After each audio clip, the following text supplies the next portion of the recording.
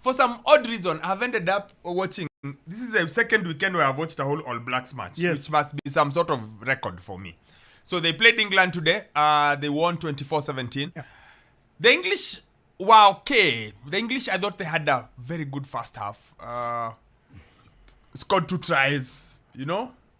But then in the second half, the All Blacks just sort of stepped up. You could see I was reading some of it, and they were saying it's also about the experience and not just how organized and how at home comfortable they felt under pressure. Of course, they were playing at Eden Park, a place where New Zealand almost never lose. The last time the All Blacks lost at Eden Park, even I, who is rather old, was not in high school.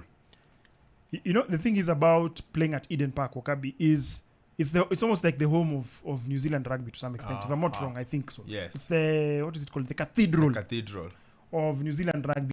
But people should be very concerned that England is able to push New Zealand in 2 matches because Wokabi, previously, anytime a Northern Hemisphere side used to come to New Zealand, the score difference was almost like 30. Yeah. It was crazy scores. But it tells you the gap has really, really, really reduced. Is it the gap or is it the fact that the All Blacks are going through a rebuilding period? That's a factor as well, but you see the gap still has... because you see, even New Zealand changed coaches even before. Remember that's what I'm saying, yeah. Like they're going but they still were able to... Because remember, the previous coach was it one? I can't remember his name. I see it's him. The guy who really should have been fired before the World Cup. That guy. And then the one who was before him as well. Then there was Graham Henry. You remember? Yes. Graham Henry.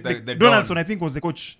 I think Donaldson was the understudy for Graham Henry, and now Donaldson became the coach, and then now then after him there was somebody else, the one who was let go recently. Yes, there was transition, yes, but you see the consistency is still there. If you look at the players who are currently there, they're the same ones who've been there for I think since the 2011 World Cup. Some of them, when they won it, now since 1987. The likes of the Barrett brothers. Barrett brothers. Yes. Savia. Finau. The usual suspects. Of course, maybe somebody like Woodcock retired. Yes. Some of the other ones retired. But there's been a consistency. But for Scott Robertson, it's just that he's been the best All Blacks coach that the team had never had yet. So for him, I think it's just pole to just getting his rhythm. Because the moment he gets his rhythm, Wokabi, this man led the Crusaders the other season when they were winning it left, right, and center, almost unbeaten. He's a coach and a half. So it's just pole. They're getting into his philosophy. Yes. So once they get into the philosophy of Wokabi, we'll go back to the days where New Zealand was the top. Remember the times they used to even win, what was this thing called? This award scheme that I think Vivian Cheruiyot was nominated. Glorious, yes. Remember there's a time they used to be like the team of the year. Yes. I hear you. I just I drew a bit more encouragement for the English because I thought, not bad. They fought, not bad. But I feel like just like the one or the game last weekend. Yeah. When it got tight, they made a few more mistakes. Yeah. And once they made a few more mistakes, that was it. Yeah. The All Blacks grew into the game. The English sort of started to get squeezed as things went on. So I don't know. But all in all, it was a good game to watch. It was a very, very, very, very good game to watch. And hopefully, at 6 p.m. I can get to watch another good game.